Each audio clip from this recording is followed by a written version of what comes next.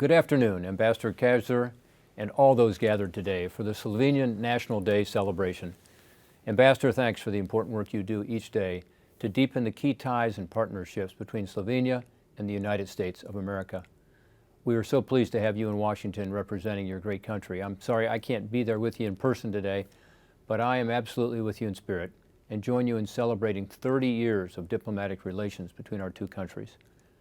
I'm pleased that the friendship between our two great nations has never been stronger.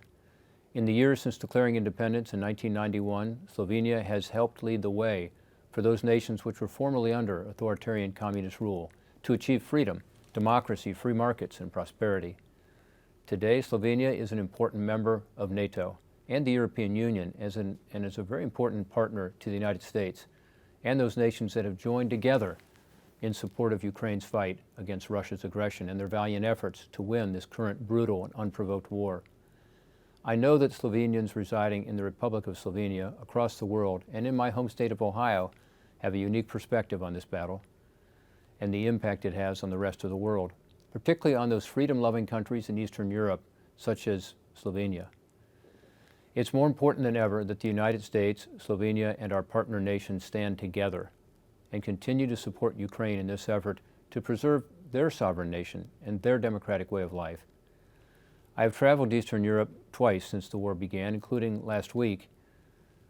Now, more than 100 days later, I've seen firsthand the impact of Russia's actions and the devastation they have caused.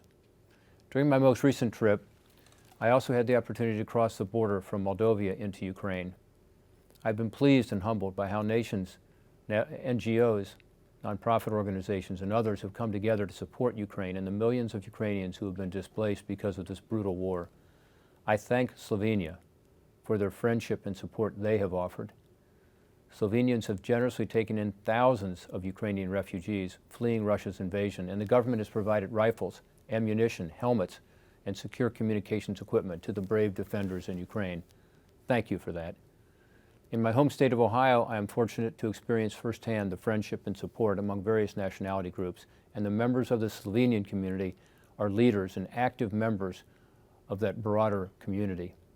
We are pleased to have Slovenian Consulate General Alenka Jarek in Cleveland, Ohio, who serves as an effective representative of your government and who's always been a helpful resource to my office and others throughout the community.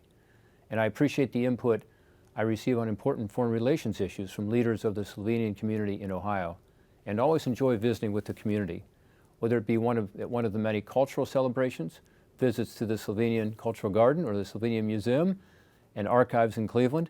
Greater Cleveland maintains strong cultural and economic ties to your country, and I know the city and our state benefit from those connections.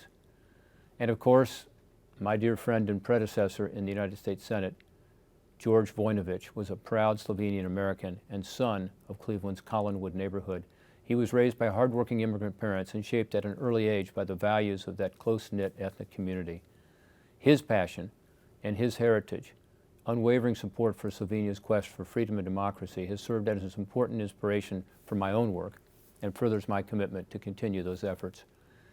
And of course, his love of Cleveland-style Slovenian polka still brings a smile to my face, as it remains an important part of Slovenian arts and culture, enjoyed by Slovenians and non-Slovenians alike at many cultural celebrations and events held in the greater Cleveland area throughout the year. So I'm pleased, Ambassador, that you and your staff have gathered with friends and colleagues to celebrate and to mark this very important occasion, National Day. I would be remiss not to mention Corbin Cernem, who serves as the cultural, public diplomacy, and economic assistant, and is a native Clevelander, yet another example of the strong ties between my home state and your nation. Corbin, I'm glad you're with the embassy, and thanks for the work you do. It's been an honor to serve the people of Ohio in the United States Senate, on the Senate Foreign Relations Committee, and as co-chair of the Slovenian Caucus. I appreciate the work we've done together to enhance the special partnership between our two nations.